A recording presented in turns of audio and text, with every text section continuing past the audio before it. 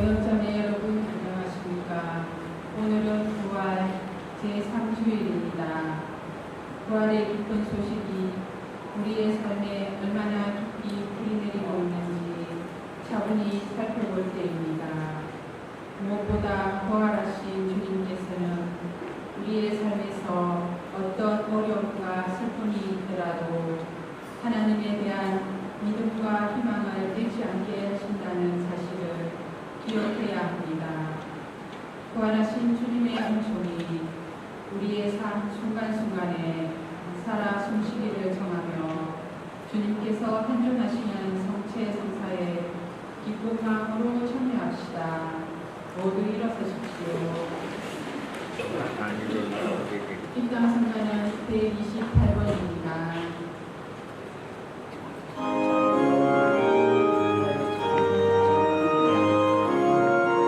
이거 빨간 게 뭐지? 레코더는 거죠. 아, 레코더.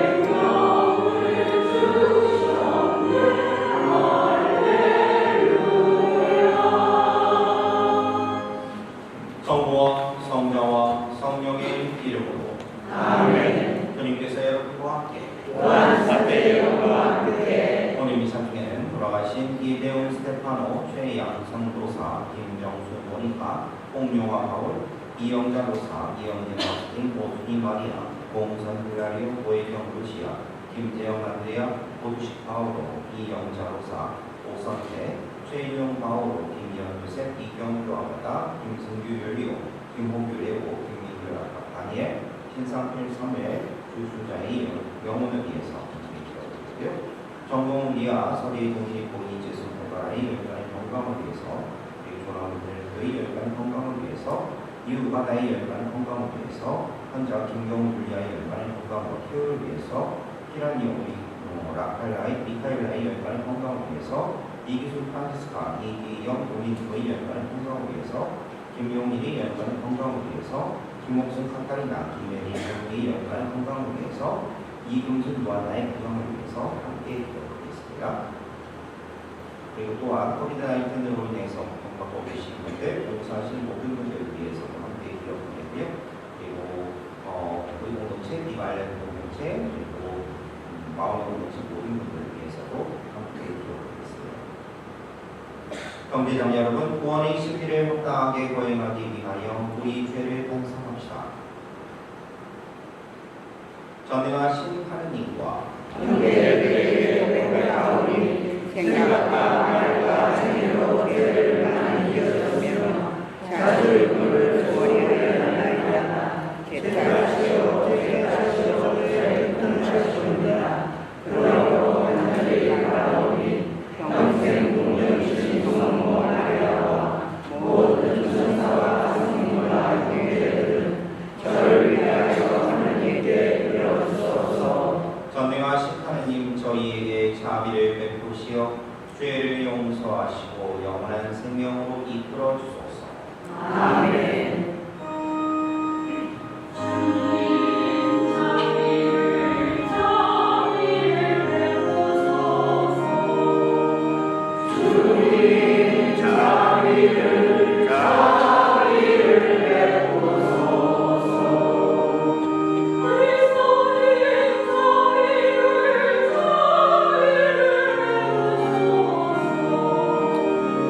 그리스도님 자비를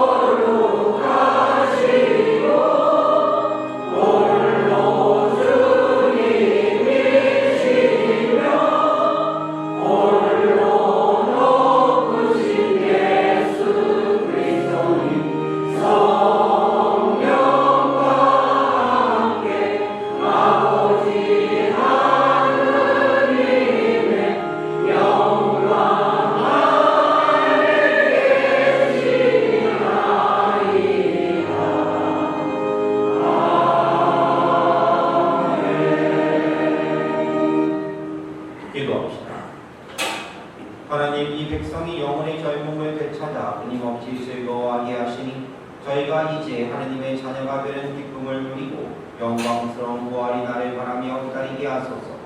성부와 성령과 함께 천주로서 영원히 살아계시며 다스리시는 성자 우리 주 예수 그리스도를 통하여 비나이다. 아멘. 사도행전의 말씀입니다. 오순절에 베드로가 11사도와 함께 일어나 목소리를 높여 말하였다. 유다인들과 모두 예루살렘 시민 여러분은 이 사실을 알아야 합니다. 내 말을 귀담아 들으시오. 여러분도 알다시피 나자렛 사람 예수님은 하느님께서 여러 기적과 이적과 표징으로 여러분에게 확인해 주신 분이십니다. 하느님께서 그분을 통하여 여러분 가운데에서 그것들을 일으키셨습니다. 하느님께서 이리 정하신 계획과 예지에 따라 여러분에게 넘겨주신 그분을 여러분은 무거저절의 손을 빌려 십자가에 못 박아 죽였습니다.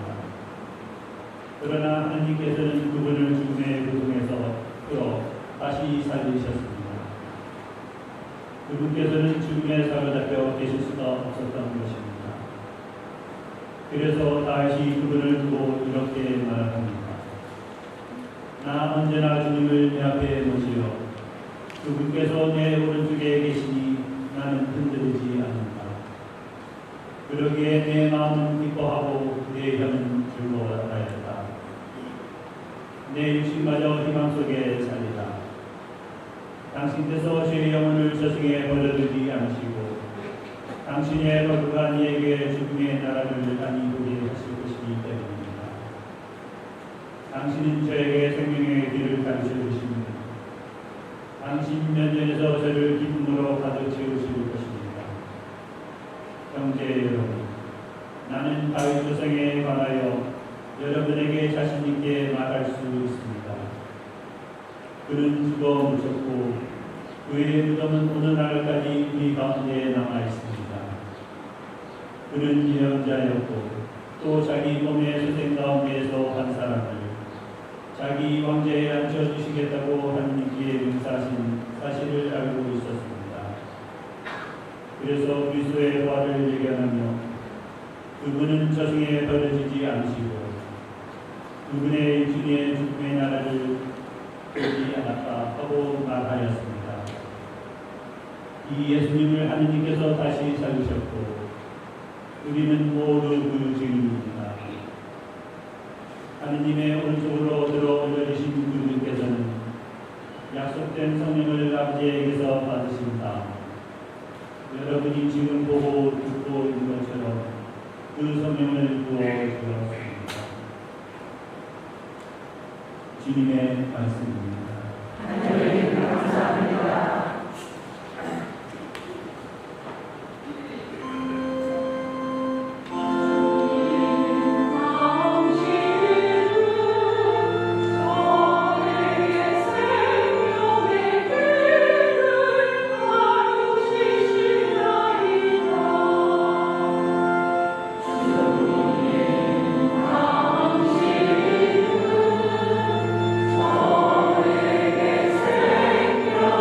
내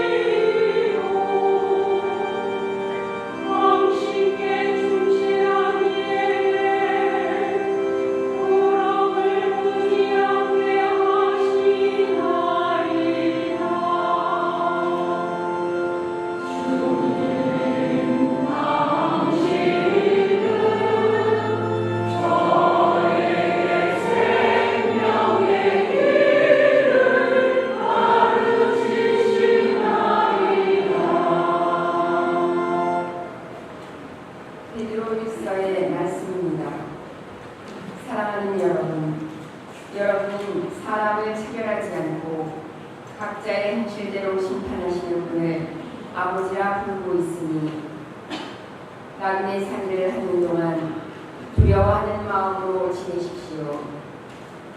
여러분도 알다시피 여러분은 조상들에게서 물려받은 헛된 생활 방식에서 해방되었는데 은이나 금처럼 없어진 물건으로 회되는 것이 아니라 금없고 티없는 어린 양 같으신 그리스도의 보위한 피로 그리된 것입니다.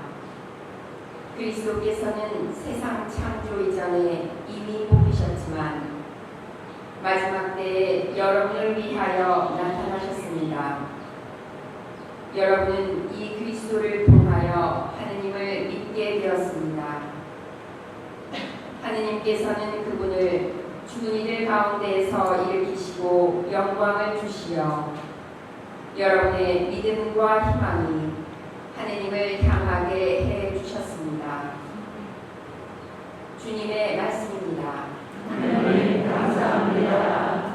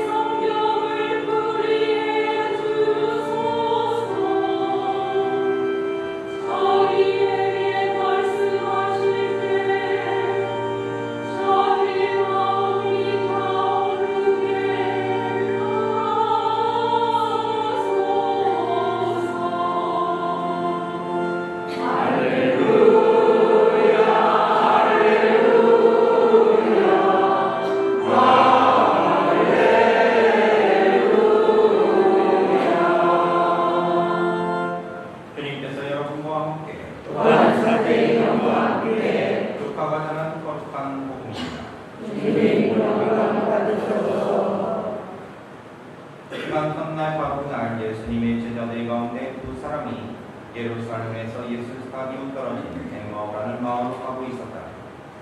그들은 그동안 일어난 모든 일에 관하여 서로 이야기하였다. 그렇게 이야기하고 토론하는데 바로 예수님께서 가까이 가시어 그들과 함께 걸으셨다. 그들은 눈이 가리어 그분을 알아보지 못하였다. 예수님께서 그들에게 걸어가면서 무슨 말을 서로 주고받느냐 하고 물으시자 그들은 진공한 표정을 한 채 멈춰 섰다. 그들 가운데 클레오파스라는 이가 예수님께 예루살렘에 머물렀으면서 이 며칠 동안 그곳에서 일어나는 일을 혼자만 모른다는 말입니까? 하고 말하였다. 예수님께서 무슨 일이냐 하시자 그들이 그분께 말하였다. 나자렛 사람 예수님에 관한 일입니다. 그분은 하는 이가 온 백성 앞에서 행동과 말씀에 힘이 있는 예언자셨습니다. 그런데 우리 후속 사제들과 지도자들이 그분을 넘겨 사형 선고를 받아 십자가에 못 박히게 하였습니다. 우리는 그분이야말로 이스라엘을 해방하실 분이라고 기대하였습니다. 그 일이 일어난 지도 벌써 사흘째가 됩니다. 그런데 우리 가운데 몇몇 여자가 우리를 깜짝 놀라게 하였습니다. 그들이 새벽에 무덤으로 갔다가 그분이 시신을 찾지 못하고 돌아와서 하는 말이 천사들이 가면까지 보았는데 그분께서 살아계시다고 천사들이 일러주더랍니다. 그래서 우리 동료 몇 사람이 무덤에 가서 보니 그 여자들이 말한 그대로였고 그분은 보지 못하였습니다. 그때 예수님께서 그들에게 이르셨다. 아, 어리석은 자들아, 예언자들이 말한 모든 것을 믿는데 마음이 어찌 이리 굳냐? 그리스도는 그러한 고난을 겪고서 자기 영광 속에 들어가야 하는 것이 아니냐? 그리고 이어서 모세와 모든 예언자로부터 시작하여 성경 전체에 거쳐 당신에 관한 기록들을 그들에게 설명해 주셨다. 그들이 찾아가던 마을에 가까이 이르렀을 때 예수님께서는 더 멀리 가려고 하시는 듯하였다. 그러자 그들은 저희와 함께 누우십시오. 저녁 때가 되어 가고 날도 이미 저물었습니다 하며 그분을 들었다. 그래서 예수님께서는 그들과 함께 누우시려고 그 집에 들어가셨다. 그들과 함께 식탁에 앉으셨을 때 예수님께서는 빵을 들고 잔미를 드리신 다음 그것을 떼어 그들에게 나누어 주셨다. 그러자 그들이 눈이 열려 예수님을 알아보았다.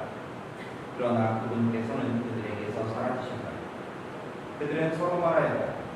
길에서 우리에게 말씀을 하실 때나 성경을 우리에게 주실 때 속에서 우리 마음이 타오르지 않았던가.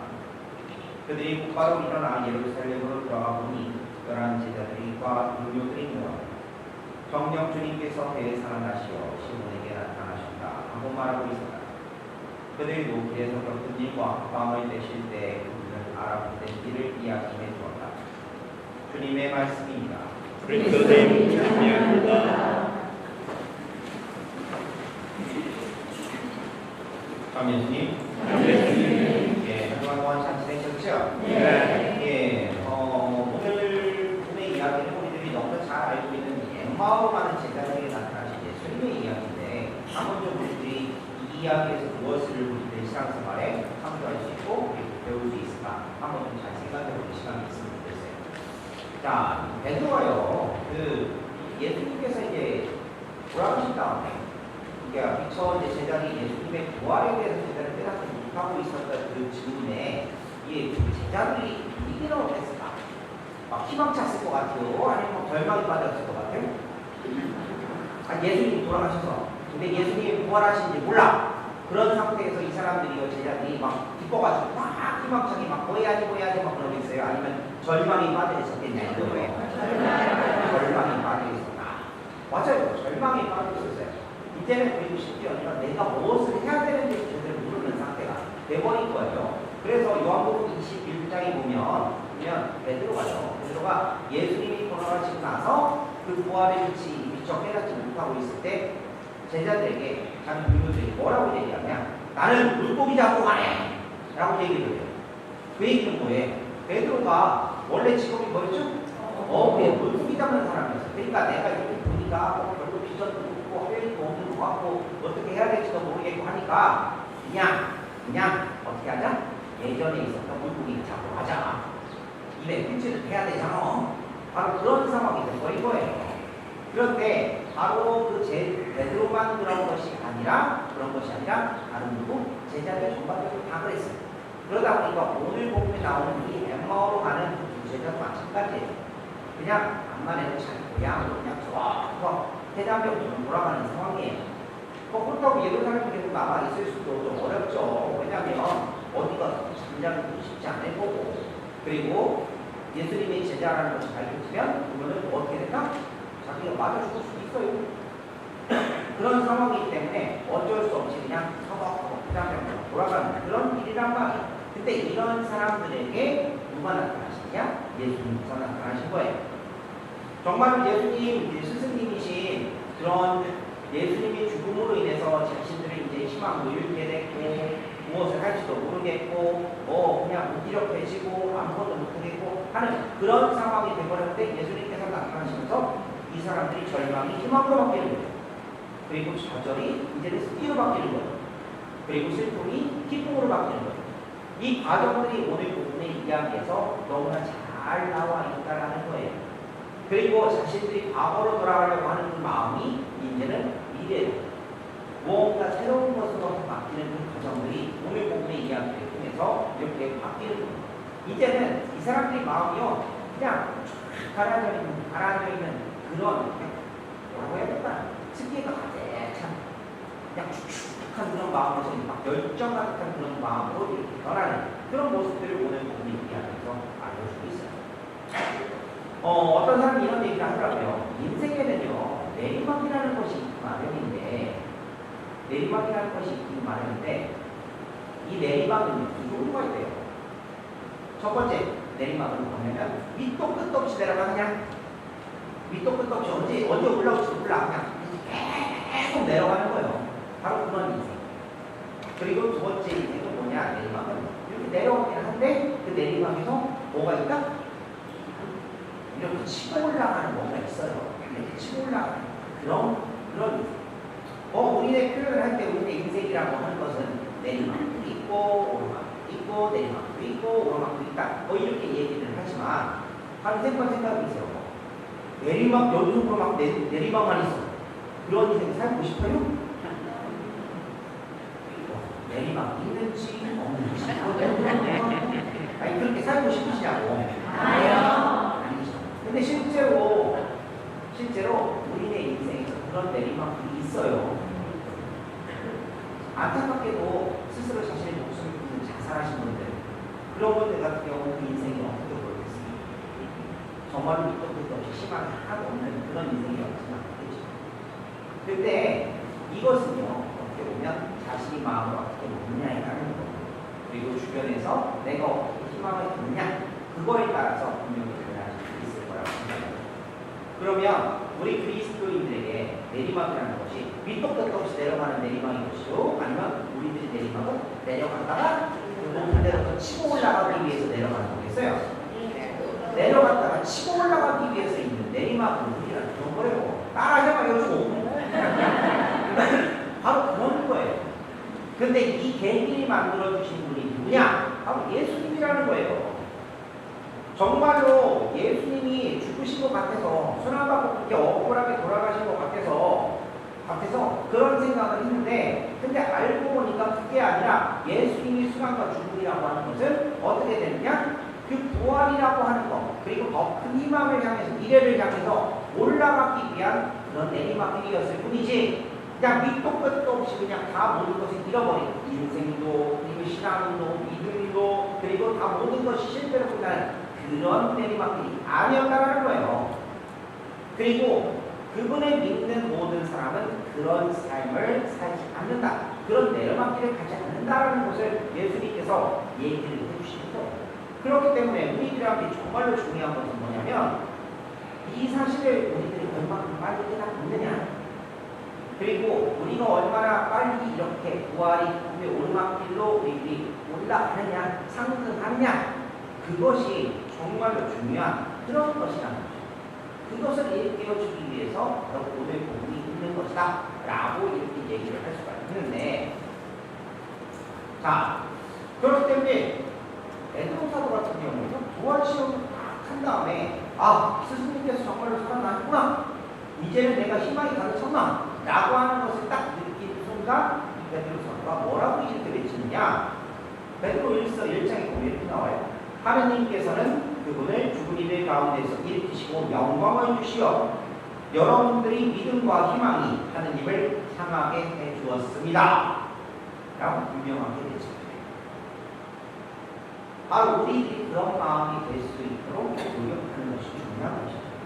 그러면 대체 이런 희망, 그리고 이런 것들에 대해서 어디서 찾을 수 있을까? 이런 것들을 분명히 주님께서는 우리와 함께 동행하시는데, 엠마오의 제자들과 함께 그때 동행하셨던 것처럼, 그러면 우리는 이런 동행하시는 주님을 어디서 찾을 수 있고 그분을 부활하신 부분을 바라볼 수 있을까?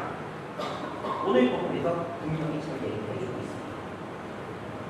뭐 여러 가지 요소가 있겠지만, 첫 번째로는요, 저는 여러분들에게 말씀드리고 싶은 건 말씀이에요. 말씀. 여러분들 레브란트라고 아세요? 레브란트라고, 이 사람이 음악가예요, 화가예요? 아주 말을 얘기 좀 해줘요. 레브란트라고 아세요? 네. 예, 뭐 내가 이 사람 뭐 신상에 대해서 얘기하고 싶어, 아냐 모르냐 물어봤는데 왜 이렇게 대답이 없는데요? 아세요? 네. 아, 예. 이 레브란트라는 사람이에요. 이 레브란트는 16세기 네덜란드의 아주 유명한 그런 화가예요. 이 사람은요, 화가를 이렇게 많이 했는데, 이거 당연히 몰라가 아주 부유한 삶을 살았던 사람이에요. 부유한 삶을 살았던 사람인데, 이 사람이 이제 어느 정도 성공을 해가지고 남부럽지 않고 잘 살고 있는데, 어느 순간 이 부인이 죽어요. 갑자기 죽는 거예요. 그래서 그 충격이 너무 큰 거예요. 그래가지고, 아유, 내 인생에서 무슨 화가를, 내가 그림을 뭘 그려갖고 그림을 다 포기를 하고 그냥 멍하니 있다가, 근데 이렇게 사는데 그래도 너무나 그런 거예요. 나를 조금 받아들여지지 않으니까 이 사람이 몰두하기 시작하는 것이 어떻게 하느냐? 성경을 읽기 시작합니다. 성경을 읽기 시작하는데 전해진 내용에 의하면 이 사람이 무려 18가지로 번역된 성경을 읽었다라고 해요. 그 정도로 성경까지 열심히 읽습니다. 그러다가 딱 하고 깨달은 거예요. 무엇에 깨달은 읽고 또 읽고 읽고 또 읽고 이렇게 하다 보니까 뭐냐면 그 절망 속에서 사람이 죽는다고 해가지고 그게 끝이 아니구나 라고 하는 것을 쫙 깨닫게 됩니다. 그래서 그 깨달음을 가지고서요, 그 사람은 깨달음을 다시 화가로 복귀를 하게 되는데, 이 렘브란트의 작품들에서 여러 가지 작품들이 있어요. 유명한 작품들이 있는데, 뭐, 야경문이라는 작품도 있고, 자화상이라는 작품도 있고, 뭐, 아니면 우리들이 너무나 잘 알고 있는 작품이 있어요. 뭐냐? 그 아버지가 아들내미가 이렇게 진학가랑 돌아오는데, 갖는 이 기억나시죠? 바로 돌아온 아들이잖아요. 돌아온 아들의 아버지, 그 그림을 렘브란트가 같아요. 그리고 마지막으로 정말로 유명한 그림을 두 개 남기게 되는데 어떤 거냐? 첫 번째, 엠마오로 가는 예수님과 제자들. 이건 스케치처럼 하나로 보여드리고요. 두 번째로는 뭐냐면 엠마오의 소리 성사라고 하는 아주 유명한 작품들을 남겨요. 유명하니까 당연히 돈내기 비싸겠죠? 아유 많이 모르더라. 여러분이 지금 다 팔아야 그 정도로 엄청나게 유명한 작품이 되는데 이 사람이 이것을 딱 그리고 나서 이 작품을 남기고 나서 뭐라고 얘기를 하느냐? 이렇게 얘기합니다. 나는 위대한 생명의 비밀을 깨달으면서 이 그림을 그렸습니다. 라고 얘기합니다. 결국은 자기 아내를 믿고 절망에 빠져 있을 때 예수님에 대한 이것들을 생각하는 이 엠마오의 그림을 생각하고 결국은 자신의 삶이 바로 제자들과 비슷했다는 엠마오의 제자들과 비슷했다는 것을 깨닫습니다. 바로 말씀이라는 것을 봤습니다. 그래서 결국은 이 사람이 어떻게 되냐면 엄청나게 꽤 많은 수이 성경에 대한 그림을 만들어요. 그래서 성경의 화가다 라고 이렇게 불려집니다. 제가 말씀드린 것이 바로 이렇게 바로 렘브란트와 같은 거예요. 제자들에게 예수님께서 이렇게 렘브란트와 같이 부활의 신비에 대해서 딱 알려주신단 말이에요. 터벅터벅 걸어가고 있었는데 제자들이요. 그때 이 제자들이 하고 있었던 일은 딴 게 아니에요. 그냥 이야기하면서 토론을 하고 있었다 라고 얘기하는데 뭐에 대해서 토론하느냐? 지난 시간 동안에 이스라엘 예루살렘에서 있었던 일에 대해서 얘기를 하고 있었던 거예요. 예수님에 관한 이야기를 하고 있었던 거예요. 근데 이 사람들이 희망해가지고 예수님에 대해서 얘기했을까요? 아니면 절망에 빠져가지고 아유 하면서 한숨 푹 쉬면서 얘기했을까요? 한숨 푹 쉬면서 얘기하고 있었던 거예요. 아이고 이분이 말이요 정말 사람도 살리기도 했고 뭐도 했고 근데 결국은 저렇게 되셔가지고 그래가지고 그냥 억울하게 그렇게 돼가지고 잡혀가는데 그게 베드로라는 분 말이요 이게 예수님 잠깐 도망가고 아이고 저 유다 이스라엘이 때려주는 하면서 그러면서 그냥 뭉쳐 하면서 그렇게 얘기하고 있었던 거예요. 그러니까 그렇게 얘기를 하고 있는데 예수님께서 그 제자를 당황하시는 거예요. 당황하시면서 그 사람들이 정말로 돌아보지 않으면 그냥 저희가 정말로 희망하지 않았던 예수님에 대한 이야기들을 하시는데 근데 오히려 그 이야기들이 어떻게 되느냐? 바로 오랜 옛날부터 모세 때부터 예언대로부터 이렇게 쭉 내려오는 예언되어 있었던 예정되어 있었던 하나님의 뜻으로 이루어지는 것이라는 것에 대해서 그렇게 그 제자들에게 일깨워 주는 거예요. 그리고 그 하나님의 뜻이 어떻게 되느냐? 이루어진다는 거예요. 그래서 메시아는 수난을 받았지만 죽음을 당했지만 결국은 반드시 부활의 영광 속으로 들어갈 수밖에 없다 라고 하는 것에 대해서 제자들에게 말씀으로서 자극을 콕콕콕콕 주시는 거예요. 우리 한명 가면 전기 자극 받는 거 있잖아. 나으라고 하면서 안 받아보셨나? 그 한명 여기는 한국에 가면 한명 가면 이렇게 뭐 발목 나갔을 때 이렇게 하면 콕콕콕 해가지고 전기 자극 받는 거 있어요. 그거 하면 시원이야. 그런 거 바로 그런 것처럼 그냥 말씀으로서 꼭 자극을 주시는 거예요. 그래서 어떻게 되느냐? 제자들이 얘기하죠. 뭐라고 얘기하느냐? 그 말씀을 듣는 순간 우리 마음이 성령이 시작했다고 표현하죠. 바로 그렇게 되는 거예요. 성경을 풀이해 주실 때 우리들이 마음이 터오르지 않는가? 라고 얘기합니다. 그러다 보니까 제자들이 어떻게 하느냐? 아주 참되는 예수님이 길에 가시려고 하는 거 보니까 딱 예수님의 가시나요? 딱 잡는 거죠. 그러면서 하는 말이 저희와 함께 묵으십시오. 그리고 그 이 다음에 엄청나게 결정적인 사건이 일어납니다. 제자들이 드디어 예수님을 다 해결되는 그런 일들이 일어나는데 어떻게 하시냐? 예수님께서 감사의 기도를 드리신 다음, 찬미의 기도를 드리신 다음 빵을 쪼개서 제자들에게 나눠주시니까 제자들이 눈이 어떻게 됐다? 번쩍 뛰어서 예수님이 누구신지 알아보게 되었다 라고 얘기를 하고 있잖아요. 근데 이것이요, 별거 아닌 것 같아도 엄청나게 중요한 거예요. 이거는 예수님과 제자들의 일상이었어요. 예수님께서는 항상 식사하시기 전에 기도하시고 그 다음에 제자들에게 빵을 나눠주셨어요. 대표적인 예로 우리들이 알 수 있는 게 뭐냐? 5,000명을 먹이신 기적, 5병이의 기적요, 그렇죠? 4,000명을 먹이신 기적, 거기 나오죠? 최후의 만찬에서도 나오죠? 그냥 예수님과 제자들은 항상 일상으로 이렇게 했던 거예요. 그런데 예수님께서 이것을 갖다 자기 제자들과 함께 있을 때 그렇게 하시고 나니까 자꾸 마음 열정이 이렇게 보다가 마음이 툭툭툭 열리기 시작을 했는데 이걸 보니까 아, 이분이 정말로 내 스승 예수님이셔서 부활하셨네.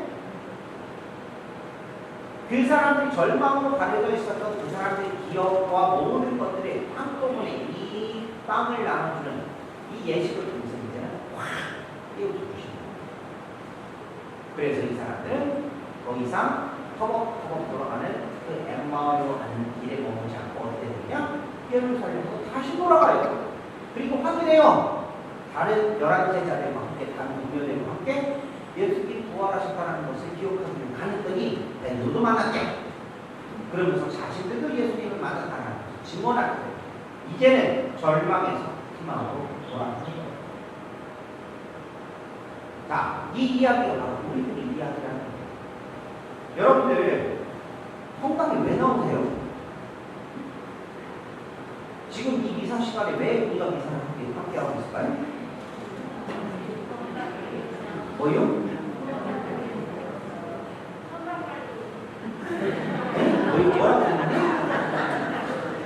그거 뭐라고 그랬더니?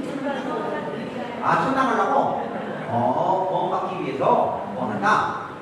정확하게 이것을 뭐 우리들이 구원론적으로 본다면 그렇게 얘기를 할 수 있지만 정확하게 말씀드리면 여러분들이 이 미사에 참여하고 있는 이유는 바로 부활을 경험하기 위해서예요. 예수님의 부활, 우리들이 부활을 경험하기 위해서. 그리고 동시에 뭐냐? 우리들이 삶을 살아가면서 절망 속에 빠져 있다면, 아픔 속에, 고통 속에 빠져 있다면 이것을 이겨낼 수 있는 것, 바로 희망이라는 것을 주체하고 살아가기 위해서 우리들은 지금 이 미사에 참여하고 있는 거예요.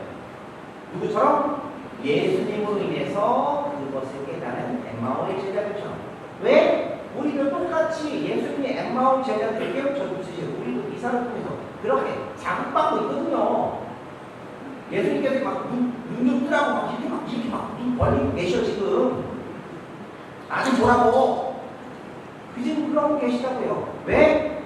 우리는요 미사 때 말씀의 식탁에서 말씀을 듣습니다. 바로 누구도 아닌 하느님에 대해서, 주 예수님에 대해서 말씀을 들어요. 그리고 우리는 성찬의 식탁에서 어떻게 하죠? 예수님의 몸을 빵으로서 나눠 먹어요. 제자들이 했던 거하고 똑같네? 예수님이 제자들한테 해주신 거하고 똑같네? 그러면 대체 왜 우리는 그것을 깨닫지 못하고 있을까?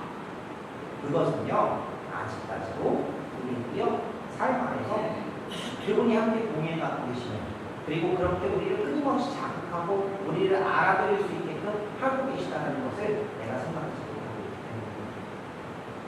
분명히 우리는요, 제자들과 같이 충분히 많은 하느님에 대한 체험들, 기억들을 많이 갖고 있는 사람들이에요. 그리고 그분이 나한테 얼마나 큰 은총을 주셨는지, 그리고 그분으로 인해서 내가 얼마나 지금 행복하게 살았는지, 그것들을 잘 알고 있는 사람들이에요. 근데 그럼에도 불구하고 이렇게 미사를 참여하고 이렇게 하고 있는데, 말씀을 듣고 그분이 몸을 나누면서, 마음을 나누면서 그렇게 하고 있는데 깨닫지 못하는 이유는 뭐냐? 다른 것이 아니라 관심이 있어서 그래요. 그분과 내가 함께한다는 사실에 대해서 의지하지 못하기 때문에 그래요. 그리고 우리와 함께 누구십시오 라고 그분이 아직까지는 못 잡아서 이번 한 주간 동안 지내시면서요, 우리들이 한 번 더 그런 노력을 해보시면 어떨까라는 그런 생각이 듭니다. 정말로 내가 지금 신앙생활을 하고 미사에 참여하고 이렇게 하는 이유가 무엇이냐? 라고 얘기를 하냐? 하면 지금 그분을 알아보기 위해서 그리고 그분을 내가 절망, 희망으로 살아가기 위해서 노력하고 있다는 것을 잘 기억하셨으면 좋겠고요. 그리고 이 하나님과 또한 예수님의 바지가랑이를 좀 잘 잡아보고 계실 수 있는 하지 말라고 떠나시지 말라고 좀 나한테 좀 더 머물러 주시라고 이렇게 요구할 수 있는 여러분들이 되셨으면 좋겠고요. 마음 같아서는 일주일 동안 평일미사 나가시라고 얘기를 하고 싶은데 미사를 치러가시고 해야지 이렇게 하고 싶은데 거기까지는 얘기 안 할게요. 거기까지는 얘기 안 하는데 그래도 정말로 그렇게 원하신다면 이번 시간 동안 미사의 변화를 참여하실 수 있도록 이렇게 보시면 되겠고요. 우리 성당뿐만이 아니라 우리 성당하겠습니다. 이렇게 참여하시면서 미사 안에서 주님을 알아볼 수 있는 좋은 꼭 누리셨으면 좋겠습니다. 다음 주에 기쁜 모습으로 뵐게요. 아멘. 아멘.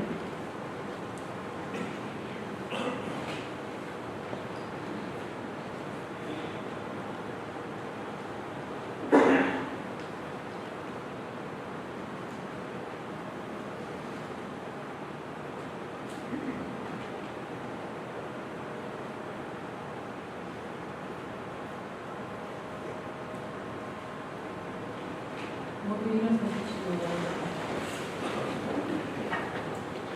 전능하신 천주 성부 천지의 창조주를 저는 믿나이다. 그의 아들 우리 주 예수 그리스도님 성령으로 인하여 동정 마리아께 계를 하시고 본시오 빌라도 통치하에서 고난을 받으시고 십자가에 못 박혀 돌아가시고 죽으셨으며 저승에 가시어 3일에 죽은 이들 가운데서 부활하시고 하늘에 올라 전능하신 천주 성부 변변하시며 그리로부터 하늘과 죽은 이를 심판하러 오시리이다. 성령을 빌며 거룩하고 견고히 교회와 모든 성인의 공을 빌며 죄의 용서와 신의 과자를 빌며 영원한 사랑을 믿나이다. 아멘. 형제자매 여러분, 그리스도의 부활로 우리를 구원하시고 참 행복을 주시는 하나님 아버지께 마음을 다하여 기도합시다. 교회를 위하여 기도합시다. 빛이신 주님, 주님의 부활을 기뻐하는 온 교회를 보살피시며 교회가 인류의 발전과 공동선을 위하여 정의와 사랑을 실천하는 데 앞장서도록 이끌어 주소서.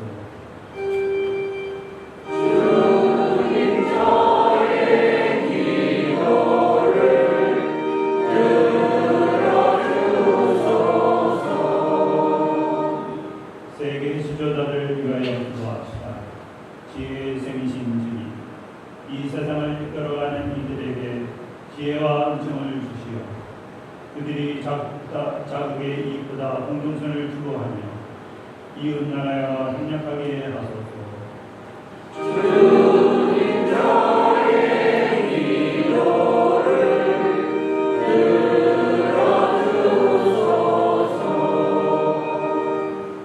노숙인들을 위하여 기도합시다. 자비하신 주님, 저마다의 사정으로 가정을 떠나 길거리에서 생활하는 이들을 보호하시어 몸과 마음이 다치지 않게 하시고 더불어 살아가는 삶을 찾아가도록 이끌어 주소서.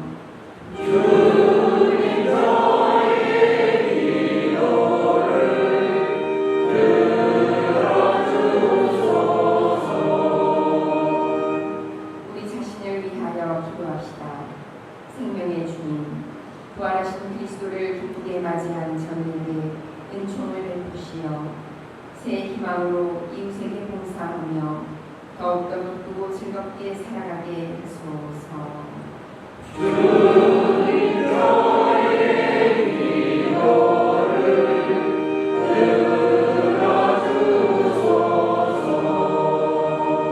이 모든 기도 우리 주 그리스도를 통하여 비나이다. 아멘. 동원 성가대 218장입니다.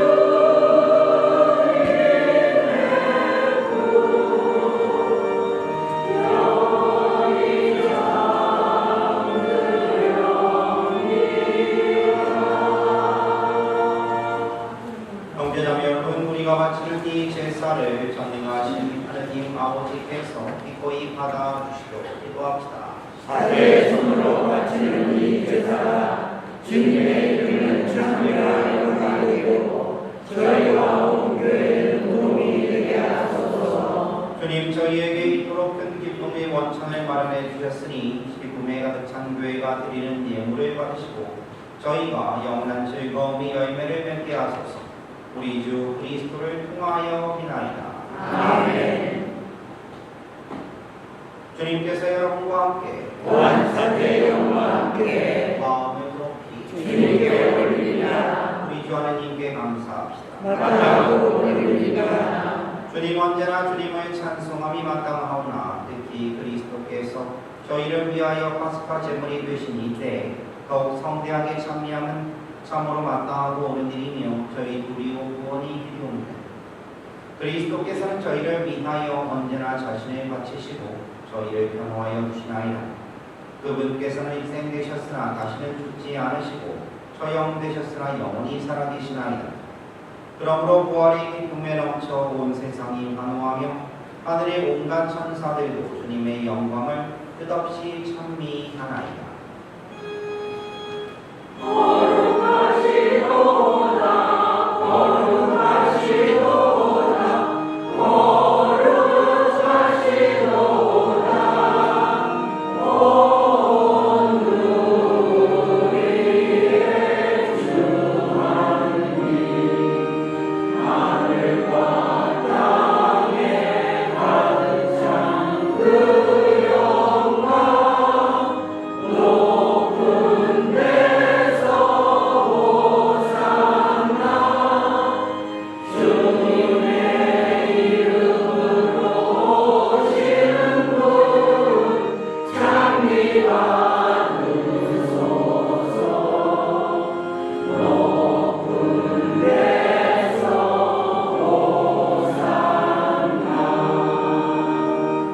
거룩하신 아버지께서는 모든 거룩함의 셈이시옵니다. 간구하오니 성령의 힘으로 이 예물을 거룩하게 하시어 우리 주 예수 그리스도의 몸과 피가 되게 하소서. 스스로 원하신 순환이 다가오자 예수님께서는 빵을 들고 감사를 드리신 다음 쪼개어 제자들에게 주시며 말씀하셨나이다. 너희는 모두 이것을 받아 먹어라. 이는 너희를 위하여 내어줄 내 몸이다.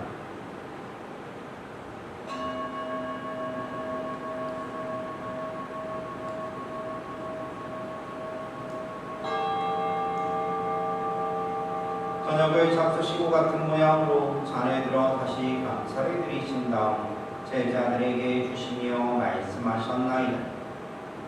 너희는 모두 이것을 받아 마시거라.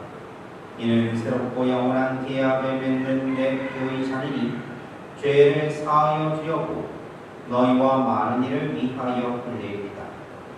너희는 나를 기억하여 이를 행하여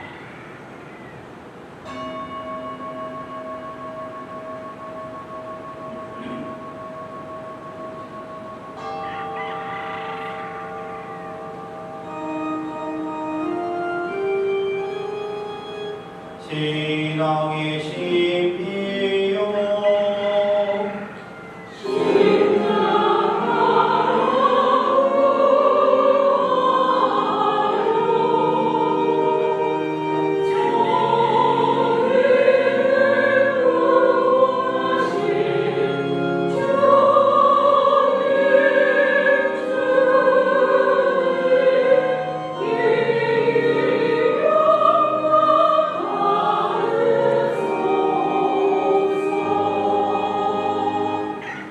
아버지, 저희는 그리스도의 죽음과 부활을 기념하며 생명의 빵과 구원의 잔을 봉헌하나이다. 또한 저희가 아버지 앞에 나와 봉사하게 하시니 감사하나이다. 간절히 청하오니 저희가 그리스도의 몸과 피를 받아보시어 성령으로 모두 한 몸을 이루게 하소서. 주님, 온 세상에 널리 퍼져 있는 교회를 생각하시어 요한 프란치스코와 저희 주교 라리 실바와 모든 성직자와 더불어 사랑의 교회를 이루게 하소서. 이 세상에서 불러가신 주님의 종 이대훈 스테파노 최양성 교사 김정수 모니카 홍용화 바울 이영자 로사 이용대 나스팅 오순이 마리아 봉선 힐라리오 고이경 루시아 김재영 안드레아 모두식 바오로 이영자 로사 오선택 요셉 최일용 바오로 김리안 요셉 이경표 아가다 김승규 율리오 김호교 배우 김민규 다니엘 신상필 사무엘 주수자를 생각하소서. 그들은 세례를 통하여 성자의 죽음에 동참하였으니 그 부활도 함께 누리게 하소서. 부활의 희망 속에 고이 잡는 교우들과 세상을 떠난 다른 이들도 모두 생각하시어 그들이 주님의 빛나는 얼굴을 배우게 하소서.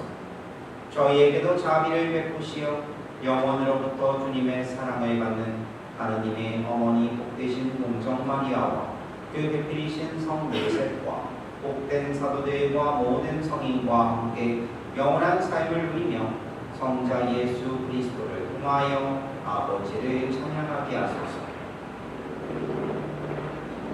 그리스도를 통하여 그리스도와 함께 그리스도 안에서 성령으로 하나되어 전능하신 천주 성부 모든 영예와 영광을 영원히 받으소서.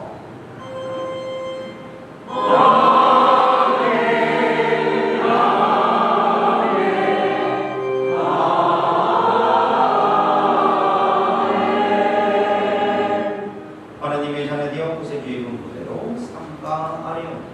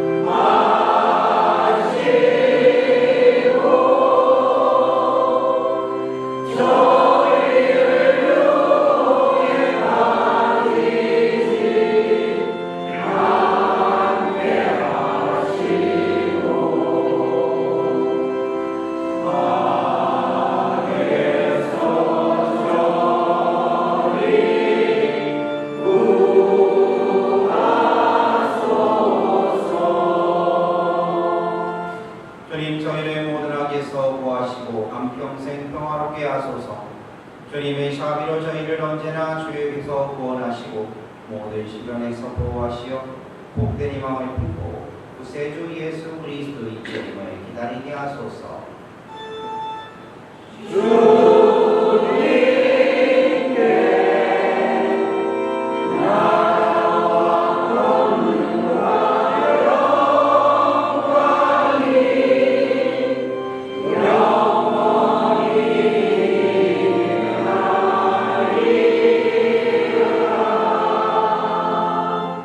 예수 그리스도님 일찍이 사도들에게 말씀하시기를 너희에게 평화를 도우가며 내 평화를 주노라 하셨으니 저희 죄를 헤아리지 마시고 교회의 믿음을 보시어 주님의 뜻대로 교회를 평화롭게 하시고 하나 되게 하소서. 주님께서는 영원히 살아계시며 다스리시나이다. 아멘. 주님의 평화가 항상 여러분과 함께 또한 사제의 영과 함께 평화의 인사를 나누십시오. 하늘이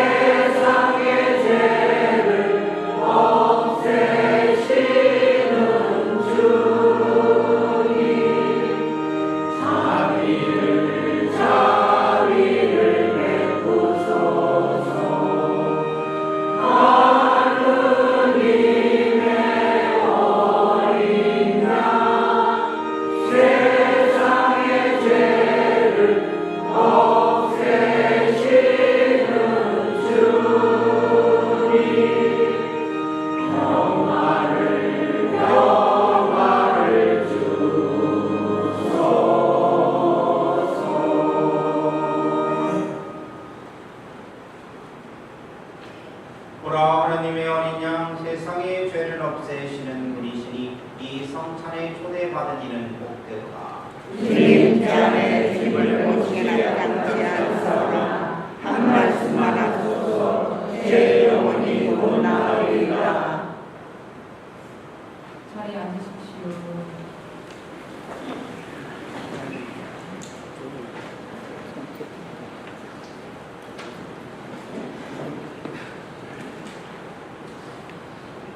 전체의 성경은 180번입니다.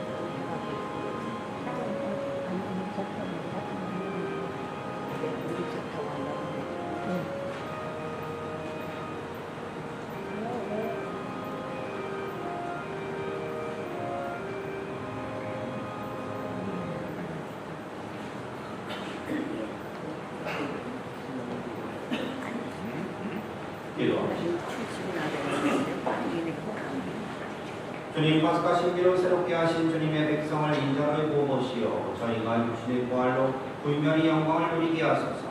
우리 주 그리스도를 통하여 미나이다. 아멘. 잠시 자리에 앉아주세요.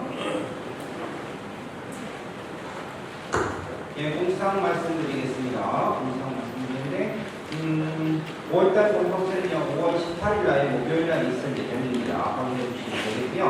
이제 필요한 포럼성당 이상은요 4월달에는 4월 23일 그리고 4월 30일 이번 주 다음 주 있고요. 그 다음에 5월 첫째 주 5월 7일 날도 있어요. 이거를 잘 확인해 주시면 업데이트 되고요. 지난주에는 67명 정도 오셨어요. 엄청 많이 오신 거예요. 근데 계속 문의가 있고 이렇게 소문이 좀 나니까 이제 좀 더 오시지 않을까라고 좀 기대를 합니다. 기대를 하는데 근데 다시 한번 말씀드리지만 우리들이 본다면 여기에요. 여기보다는 그 오시기 어려우신 분들을 위해서 제가 파견을 나가는 겁니다. 근데 그분들은 여기 소속이에요. 네, 정확하게 얘기를 하면 그렇습니다. 그렇게 해서 그런 부분에 대해서도 우리 기사 나오시는 분들에 대해서 강조를 하고 있으니까 우리가 꼭 기억해 주시면 되겠고 거기는 쉽게 말해서 긍정 표현을 하면 긍정 너무 빌려서 가는 이렇게 생각을 하시면 될 것 같고요. 정확하게 기사 나오시는 분들은 열로 나오시는 걸 정확하게 얘기하시고 특별한 사정이 있으면 그때 얘기를 해주시면 될 것 같아요. 자, 그리고 지금 이제 4월 30일 다음 주부터요. 그 교정기사 전에는요. 항상 10시부터 15분에서 20분짜리 이제 15분에서 20분짜리 이제 교육 영상을 틀어드릴 거예요. 교육기사에서 맡아서 하실 건데 이제 뭐 교리, 성경, 전례 뭐 이런 것들에 좀 관련되어 있는 영상들을 이제 주교회에서 이렇게 제작을 한 게 있거든요. 그래서 그런 것들 계속 이제 틀어드릴 겁니다. 틀어드리고 교육과에서 이제 TV를 통해서 틀어드릴 거니까 조금 더 일찍 오셔서 교리 교육을 이렇게 받으시는 것도 여러분 좋지 않을까라는 생각이 들어요. 그래서 여러분들 이렇게 많이 좀 참여해 주시면 좋겠습니다. 그리고 특별하게 뭐 내가 무슨 교육을 받고 싶다라고 하시면 우리 교육국과장님한테 건의를 하셔도 돼요. 여기 폰파이어님 폰 버저 네, 저분이 교육국과장님이에요. 교육국과장님한테 건의를 하셔도 좋습니다. 네, 일어나서 인사해요. 일어나세요. 자, 우리 교육국과장님한테 이제 연락을 하시면 되겠습니다. 그리고 5월 7일날은 12시 10분 정도부터 12시 10분 정도부터 교육기사 끝나고 다시 간단하게 보시고 교리가 있을 예정이에요. 교리인데 강의가 있는데 제가 합니다. 그런데 이날은 모든 시청자분들이 참여 많이 해주시면 좋겠고 특히 새로 세례를 받으신 모든 분들은 꼭 참석을 하셔야 됩니다. 그러면 이건 어떻게 진행할 거냐? 지금 주제를 좀 고민을 하다가 이제 우리들이 생활에서 이렇게 아는 그런 교리적인 상식들 그것을 좀 이렇게 좀 얘기를 하고 싶어요. 가령 어떤 부분이냐면 또 조당이라고 하는 것에 대해서 잘 모르시는 분들이 있어요. 예를 들면 이렇게 얘기해요. 내가 애를 갖다 나가지고 애를 키우다가요. 내가 세례를 받게 했어. 세례를 받아가지고 얘가 성당을 좀 나가다가 이게 이제 머리가 보여가지고 성당 안 나가네? 안 나갔는데 그 냉담이 있어요. 근데 냉담이 때문에 어느 정도 시간이 들어가지고 이제 또 외국 여자예요. 여기 일본 여자든 아니면 중국 여자든 아무튼 안 나가지고 장계를 간대야. 이거 좋은 일이죠. 좋은 일인데 문제는 뭐냐? 얘가 성당에서 결혼을 안 하고 어디서 결혼할까? 밖에 나가서 결혼을 한대야. 밖에 나가서 결혼을 한대요. 그러면 그 상황에서 결혼을 했다. 그러면 얘가 신앙생활을 할까요? 할 수 있을까요? 없을까요? 신앙생활을 할 수 있고 기도는 하겠지. 성사생활 정확하게 들을게요. 성사생활을 할 수 있을까요? 없을까요? 없어요. 있다 없다? 없다. 있다? 없다. 자, 이게 왜 그러냐면 조당이라는 게 걸렸어요. 조당. 혼인은 사회법적인 혼인이 있고 우리 교회법적인 혼인이 있어요. 교회법적인 혼인에서 제약을 딱 두는 게 있어요. 어떤 거냐면 천주교 신자는 천주교 신자와 결혼해야 해요. 그래서 가장 좋은 건 성당에서 여자의 남자의 누나한테 그러는 게 제일 편이야. 그런데 그렇지 않은 경우는 어떻게 해야 되느냐? 그러면 그럴 것을 제약을 풀어주겠다라고 해서 관면이라는 게 있어요. 그래서 그런 혼인을 관면혼인이라고 얘기를 해요. 관면혼인이라고 하는데 만약에 이 관면혼인을 하지 않으면 어떻게 되느냐? 이 사람은요, 그러니까 너희 성격 못 봐, 성취 못해, 그 다음 영자 성격 못해, 다른 거 다 못해. 죽을 때 장례식은 해줄 거예요. 그거 외에는 없어요. 그러니까 그런 것들에 대해서 그러면 무슨 얘기냐면 내가 보는 사이에 이렇게 풀어놨다 하면 그 아들이 돌아올 수 있는 확률을 죽여버리는 거예요. 말이 그렇지. 내가 성당 가가지고 성취도 못 모시고 이렇게 못하는데 그러면 쉽게 말해서 신앙생활 제대로 하겠냐고요. 확률이 정말로 적어요. 그렇기 때문에 그런 것들을 풀어주기 위해서 내가 어떻게든 결혼할 때 그런 계기들을 만들어주는 것이 부모의 역할이다. 근데 이런 것들을 잘 모르니까 그냥 결혼해야 되겠다 하고 그냥 놔뒀다가 나중에 돼가지고 우리가 난리가 나는 경우가 많아요.